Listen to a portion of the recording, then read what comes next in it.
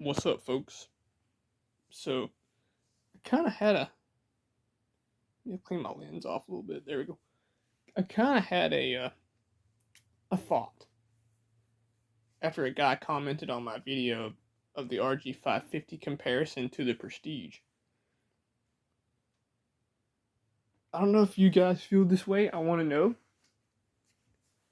Do you guys think that the Prestige name on the Ibanez is just a label? Now, I might get a lot of hate for this video, but I have my RG 550 down here. That's made in Japan, in the Fujijin factory, the same place that my Prestige is made. And yeah, the Prestige has the fret edge treatment, which is nice. And then of course it says Prestige on the headstock, made in Japan. But then my RG 550 says made in Japan with no Prestige marking and no RG series marking, and the fret edges feel just as good as my Prestige does with the fret edge treatment.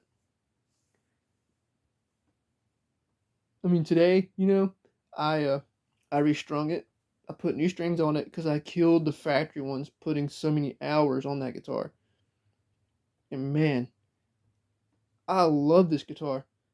The 550, I should have bought that before I bought my blue Satriani. I should have paid just a little bit more money and got this one first.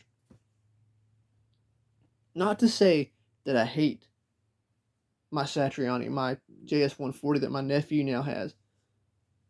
I don't hate that guitar. I love that thing. And it's still in the house here. It's in his room.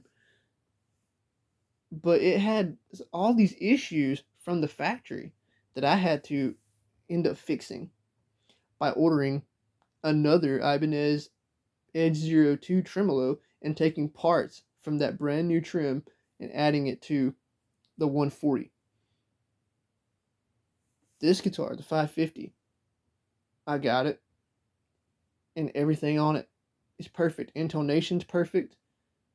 The bridge angle was great. Although, last night, I played it probably 3.5 hours. And we normally keep the AC running in here. It stays nice and cool in here. But I closed my vent off here in my room, because I'm a skinny dude. I get cold easy. And my dad keeps it like a morgue in here. But I was playing it and it got really hot with my tube amp heating up and emitting heat right here at my bed. And just me getting adrenaline, heating the room up with the light up here. And I noticed that my bridge had lifted slightly up, and I had to make one minor adjustment to the springs to pull it back down. And I'll try to show you guys. Let me get the guitar out here. I'll try to show you guys real quick. Let's get it out and lay it on the bed. Well, this is going to be kind of difficult because I got my Taylor laying here. I don't know if I can spin the camera around.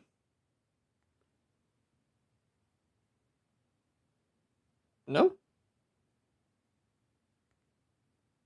No, I can't. So, let's get down here where I can kind of try to show you guys what I'm talking about here. On this side, on the bass side, it had kind of lifted up. That's where I got it sitting now. And for me, that's okay. That's the only thing I've had to do to this guitar. And that was just because of temperature change. Temperature change does affect a setup on a Floyd or Edge tremolo. And it's kind of crazy. I didn't think it would that fast, but also, it sat at Sweetwater, before I ordered it. They packed it up and everything like that, shipped it from Indiana down here to my local dollar store.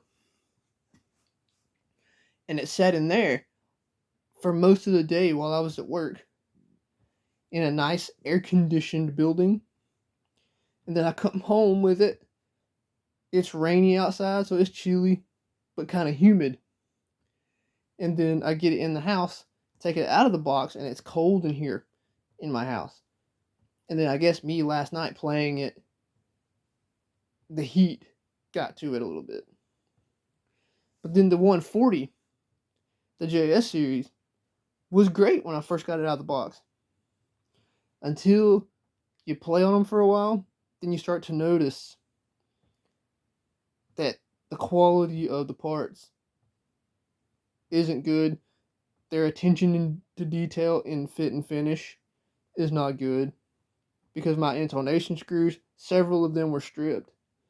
And I had to make multiple adjustments to the intonation once I got screws in it that I could adjust or loosen. And then I had to make multiple bridge angle adjustments on that guitar. So that's what I'm wondering about. Is the Prestige name that's on that headstock, is that just a label? Is that a marketing label to bring people to the Japan line? Because the 550 don't say it, but it's just as good as my Prestige under the bed. Same quality, same craftsmanship, same fit and finish. Everything is great. I don't know. And I kind of wanted to give you guys that story about the 140 and what happened to my 550. But it's all straightened out now. And I have no regrets in paying the money that I paid for this guitar, for the 550.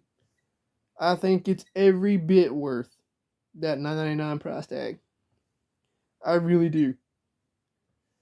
But what do you guys think? Do y'all think that's just Ibanez's way of marketing their Japan models? Or is that really a prestigious name? And it means that you are getting the best instrument possible. Because I believe that yes, if you put out the money for a Japan-made Ibanez guitar, you are getting your money's worth, no doubt. I don't doubt it, not one bit. But I just wanted to know what you guys thought about it. And not to sit here and say, oh, I hate Prestige guitars. I love it, dude. I can tell you guys this much here. I own three Indonesian Ibanezes.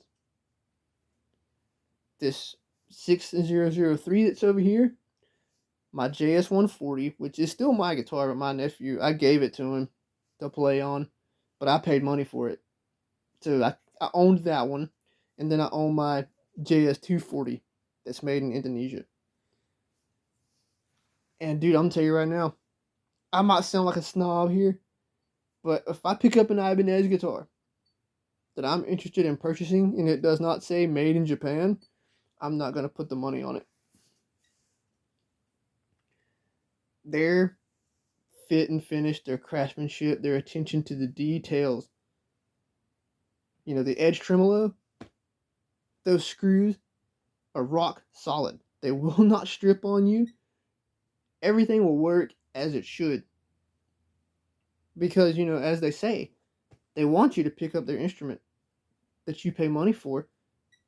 That's $1,000 to $3,000. They want you to pick that thing up and enjoy it every time that you pick it up. The Indonesian people, I'm not hating on them. I'm not, because I've owned many Ibanez guitars that were made in Indonesia. They don't pay attention to the fit and finish and the workmanship that goes into a guitar that has something as, what can you say, complicated, I guess you'd say for some people, as a floating trim to make sure that it works the way it is supposed to.